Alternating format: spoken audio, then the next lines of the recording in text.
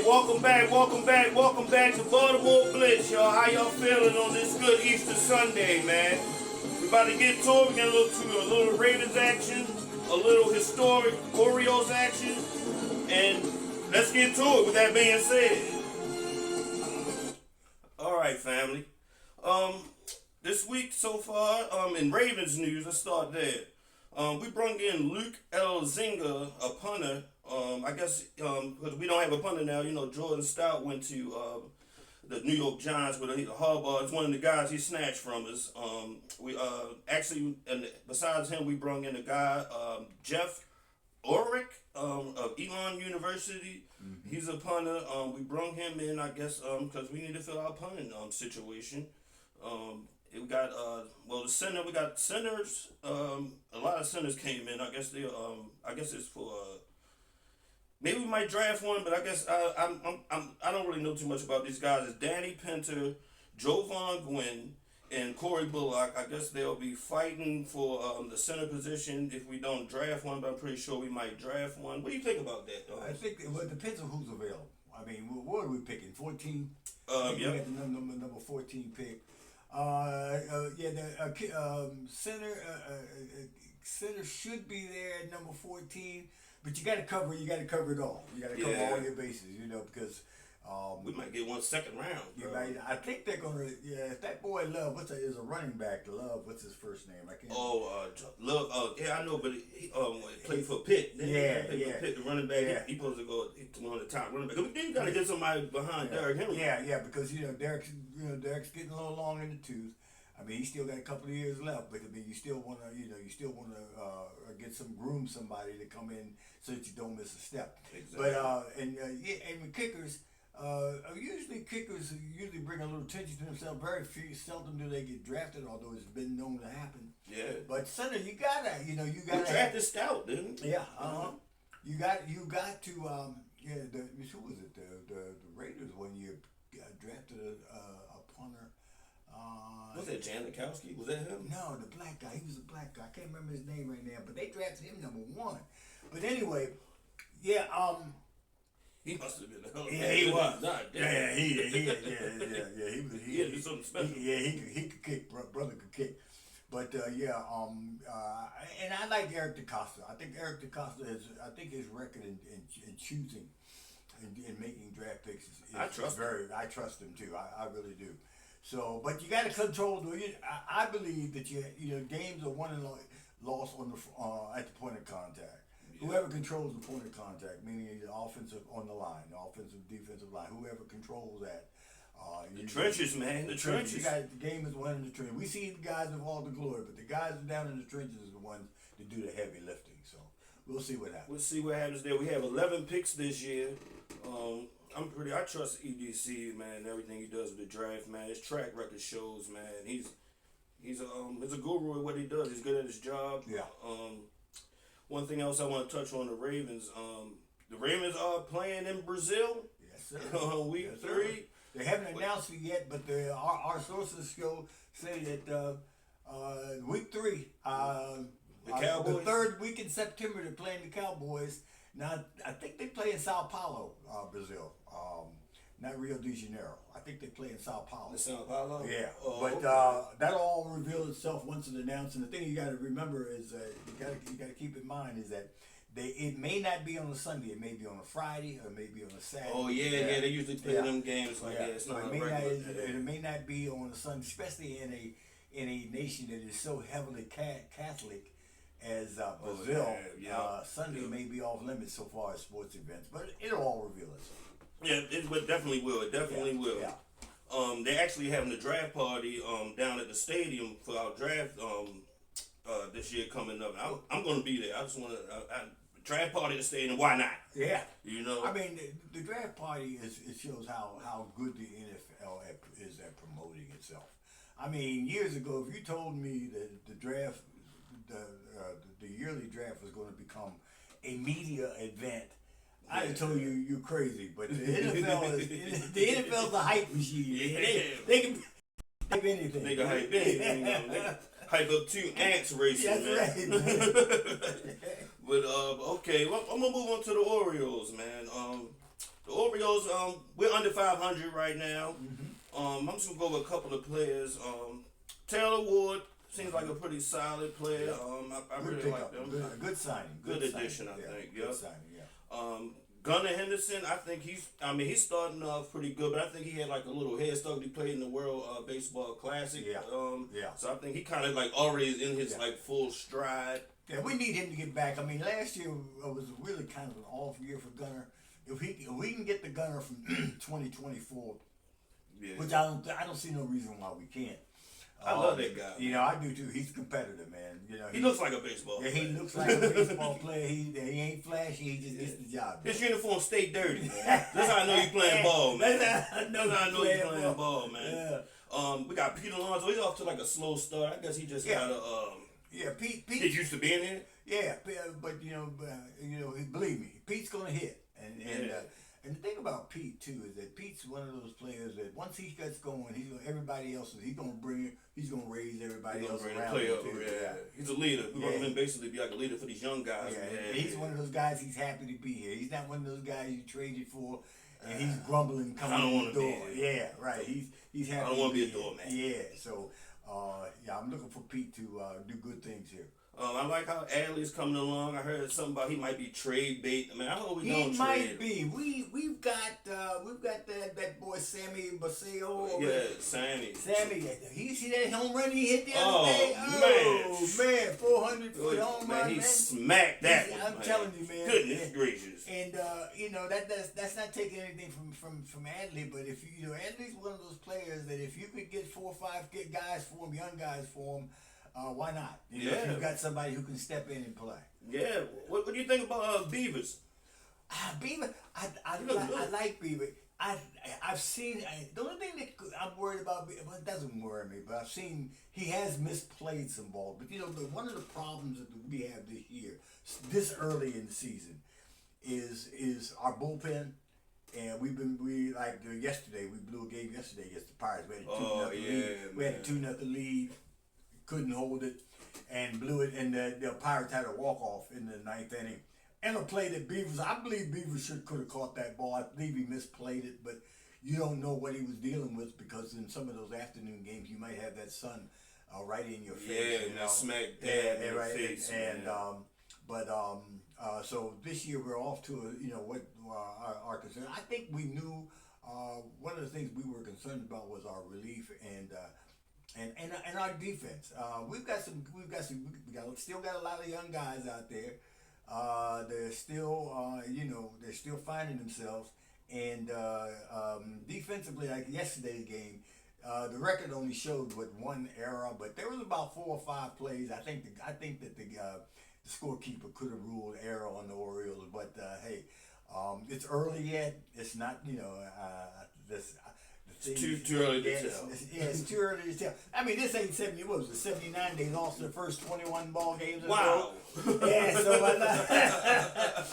but you don't want to get. Crazy. Yeah, but in the American League East, you don't want to get. You don't want to get in a hole in the American League East. It's hard to dig out, man. We gotta have like the best division in baseball. I think. I think the American League East is back to being the American League East. One thing I want to say, like Colton Cowser. I think he's better that he's not like hitting in the 5-hole, 4-hole. The bottom third of the lineup, I think that's good for him. There's not a lot of pressure on him. It seems like he's doing a lot better than if you've saying what he's doing out there now. He's doing a lot better than the bottom third of the lineup. Well, with young players like that, you can bring a young player up too soon, and not saying that. Excuse me. Not saying that happened with Colton. But you can bring a young kid up too soon and put too much pressure on him. One could say we did that with Jackson Holiday when we first came up a couple of years ago. We had to send him back down. Forced him. But, it's putting him in a situation where he doesn't feel like he's got to be the man helps a young player, But the thing we have to understand is that some players come up and some players get it when they first get here, and some players have to work their way up to it. I mean, even Mickey Mantle, when Mickey Mantle came up to the Yankees back in the 50s, they sent him back down to the minors. For real? Yeah, they sent him back down to the minors, and then he came back up, and then the rest, as they say, is history. It's history, literally. What do you think about Kobe Mayo? How you think he coming along? Kobe Mayo, I think, could be the diamond in the rough. I think he could, I'm so glad we didn't get rid of him. Yeah. I think Kobe's going to hit. Kobe's going to hit. He's going to hit. The question is he going to be consistent? Is he going to be a consistent defensive man for you? The only thing about the Orioles, though, that concerns me is that we just don't have any speed. Yeah, we don't. We don't have any speed. We don't have no speed. Ever since Mateo's gone, we just don't. Left with him. Yeah. we just don't have that guy that can, change the face of a game with his feet, So, but other than that, getting back to Kobe Mayo, I think Kobe Mayo is he's going to stick. I think he's going to be around for a while. Barring injury, I think we're going to see a lot of good things from Kobe Mayo. Yeah, I'm a firm believer in Kobe Mayo, man. Yeah. I think he's a dominant referee. Yeah. To your point, Yeah. But yeah, guys. So I know in Baltimore, especially in my generation, the generations younger than me, we haven't seen a lot of winning out of the Orioles. But as I can see, things are changing. Ownership has changed. But I wanted to touch on this with you, Dad. The World Series of 1983, when we won the World Series. Yeah. What are some memories that you have of that? They used to call it Orioles magic. It was that was the Oriole team that pretty much was in control from opening day. They pretty much it was looking back on it, it was their season to lose. And it's been such a long time ago. Let's go position by position here. Okay. At first base, of course, you had Eddie Murray, steady Eddie. Eddie Murray was Mr. Clutch to me, and one of the reasons why Eddie was one of my favorite Orioles, if not my favorite Oriole, is that he was always the same. You could look at Eddie Murray when he just hit a grand slam, and you could look at him when he struck out, and you see the same person. He's steady. He was just he never let anything fluster him. So we had Eddie Murray at first base. We had Rich Dower at second base, and Rich was he was the vacuum. If he was hit to his side, he was going to get it. He was going to get it. And then at shortstop, of course, we had Cal Ripken Jr. And he was the was he a rookie then? I think that was his second year. His second year. I don't know if it was his second. He was MVP that year. Right. But he wasn't rookie of the year, so it wasn't his rookie year. Okay. But he was MVP in '83. And then at third base, we had a journeyman named Todd Cruz, a guy that didn't come up in the Oriole organization. But where did he come from? He came from was it Texas? I think he came from Texas. I know we got him in a trade. I don't know what we gave up. Were the Rangers still the Rangers? The Texas Rangers, yeah. But the Rangers, you got to remember the Texas Rangers. No, I'm thinking the Texas Rangers was the second Washington Senator franchise. The original Washington Senators are now the Minnesota Twins. The original Washington Senators left Washington and they went to Minnesota and became the Twins back in the 60s or early 60s. Mm-hmm. They put another team in Washington because you couldn't be America's pastime because there wasn't no team in DC. Yeah, so they put another team in DC. That didn't work out. They left them and became the Texas Rangers. And so that's how that worked. But Todd he was one of those guys that we didn't know exactly what we were getting. He could hit. He wasn't gonna put up a lot of home runs, but he could hit in clutch situations. And then in left field we had a platoon. We had Gary Renicky and John Lowenstein. And John Lowenstein hit. I think Gary Renicky hit right-handed. Lowenstein hit left-handed. And Lowenstein, they used to call him Brother Low. Both of them were real steady, and they really complemented each other, Okay. And then center field we had Al Bunbury, one of the greatest Al Bunbury. Hey, we had Al. They used to call him the B. I know that's right. And then in right field we had Disco Dan Ford. Disco Dan was wild. Disco Dan. Disco Dan. And if you ever saw saw Dan, you know why? Because he always had a lot of movement. So he seemed like he couldn't be still. You know, they called him Disco Dan. Disco Dan. And then in our designated hitter that year was Ken Singleton, who was really one of the, he was one of my favorite Orioles too. He came to Baltimore. I think we got him. His name ring a bell to me. He came to us from. I think he came to us from Montreal Expos. Which is the Expos. That's wow. Speaking of the Washington baseball, that's who the Washington team that you see now. Yeah. They're the old Montreal Expos. They left the Nationals or the Expos. Yeah, they're the old They're the old Expos. But Ken came from there, and he was a very good hitter. He was a big guy, big and strong. And I think when we brought in Dan Ford because we needed somebody who was faster than him, who could run things down. But Kenny could hit, and But then you look at our and our starting rotation was Scott McGregor, Mike Flanagan. I remember Mike Flanagan. Yeah, Mike Boddicker. And Storm Davis. I mean, that was a solid. Yeah. That was a solid. Yeah, Jim Palmer. And Jim Palmer. Jim Palmer. We had a 5-man starting rotation. So it was. We had probably the best starting rotation in baseball that year. And in relief pitchers, we had Tippy Martinez and Sammy Stewart. Tippy Martinez. When I think about Tippy Martinez, I think it was in Toronto. Tippy came in with the bases loaded. They brought Tippy in with the bases loaded, and he proceeded to pick off all 3 outs. When they brought him in, he picked off the man at first, and then I think somebody walked and got it. So and then he picked another guy off at first. He got all 3 outs by picking people off. Oh, he picked them off. He got all 3 outs back to back. One got hit, one walked, and then it seemed like he picked the man off at first. Somebody else got on first, who picked him off, and then somebody else got on, and then he picked him off too. Let's head to the bullpen, fellas. Yeah, man.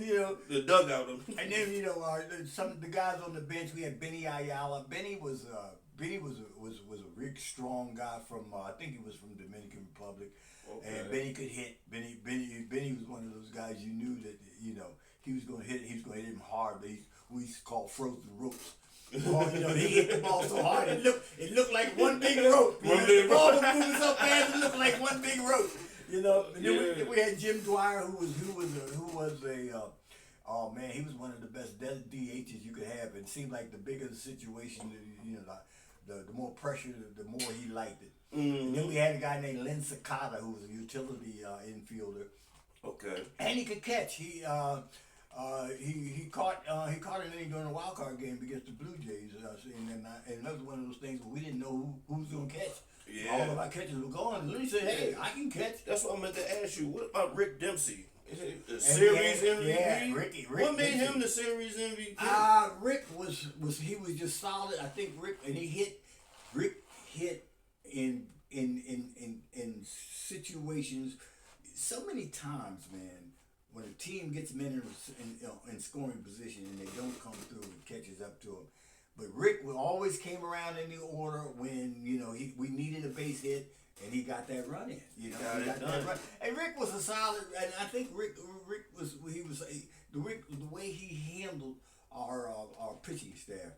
One of the things that makes a catcher is how well do you handle those starting pitchers, because you got to remember, you got egos out there. Yeah. You got egos out there. You got to be able to go out there and tell this guy who all his life they've been telling him how good he was. You got to be a psychologist. You got to get in and say, hey, look, man, I know you think you need to throw this, but this is what you really need to throw. And so, like a coach on the field. Yeah, and that's exactly what Rick Dempsey was. He was like a coach on the field. So our hats off to that '83 team, man. And it's really a shame it's been that long since we've had that much success. But it's coming. It's coming. I think I can feel it. I can feel it coming back. Yeah, I think with our new ownership, they're not trying to just hold on and wait for the franchise to increase in value so they can sell it. Yeah. I think the people who own it now understand that the people. They said he's a fan. Yeah. They said like if you're a fan of a team you grew up watching, man, you're really invested into the team. That's just being an outside entity coming in. Yeah. And not really caring about and knowing the culture of the Orioles in Baltimore. We're really a baseball city. Like, we've always been a baseball city. Baltimore, just like that old poem, Casey at the Bat, Mudville. When they thought that happened in Mudville, but Mudville is Casey at the Bat is something that happened. Mudville, Baltimore. That's a Baltimore baseball. That's a Baltimore baseball story. But Casey at the Bat, they called it Mudville. They didn't want to say Baltimore, so they called it Mudville. Why they call it Mudville? Well, you got to understand, it's just like Pigtown. Baltimore's got some weird. The reason why they call Pigtown was because Camden Yards, where the Orioles play now, that was a railroad station back in the day. That was a railroad station. Baltimore had two railroads, had three railroad stations. We got the one that we use now. We got Camden Yards, and then there was another one over there that was over there near Mount Royal. Where the building is still there, but I think the Maryland Institute of College of Art, I think they use that building now. But getting back to Pigtown. When livestock would come into Camden Yard Station, they would take the like for instance the pigs, and they would herd them through the streets. Oh yeah, I heard it's Washington Boulevard line. What's Washington Boulevard? Imagine riding down the street, you see a line of pigs walking up the street. It's ready to go get slaughtered, right? Hence the name Pigtown. We need bacon, I guess. Okay, that's crazy. But yeah, these Orioles, I think today, it can go either way. The ones that we have today, there are a lot of people. I think I have no doubt they can be a playoff team this year. Yeah. But it's a long season. Injuries are always in a tough division. It's like Zach Eflin, man. Zach went down this week. Oh man, that's a big loss because you don't have to get Tommy John in there. He's getting a second opinion. Evidently, we can't afford to lose no pitcher. Yeah, I hate to see him go down, but I'd love for the glory days to come back like we saw when I was growing up. Look, one question before we get out of here. I wanted to, but Eddie Murray hit 2 home runs and clinched Game 5. Man. Yeah. How was that feeling? Where were you at? Where did you see that game? Yeah, see, you got the thing. You have to put that in context because during that year, the years coming up to '83, there was some discussion about Eddie. His production was slumping, and the ownership. How old was he around that time? Like he was a vet. I know he was. Was he like at the end of his career? No, he because you got to remember. I looked at Eddie. Eddie Murray left here and he played for the Dodgers. Yeah, he did continue going. I remember because they said he started like helping Albert Bell when Albert Bell was in Cleveland. Yeah. Albert Bell ended up coming to play for the Orioles. Yeah, so Eddie. Well, Eddie was getting some criticism because they were saying that he needed to wear glasses, and Eddie didn't like anybody tampering with it. Eddie was a proud man. If you know Eddie didn't smile a lot. He was very serious. He was very focused. He didn't really talk a lot. He didn't. And he took it personally when non-baseball people were telling him what he needed to do. And so that's all my life. So that when '83 came and he hit those, when he took over, Game 5. It was evident that Eddie was Eddie, and all you had to do was leave him alone, let him do what he did. Let Eddie be Eddie. Yeah, let Eddie be Eddie, man.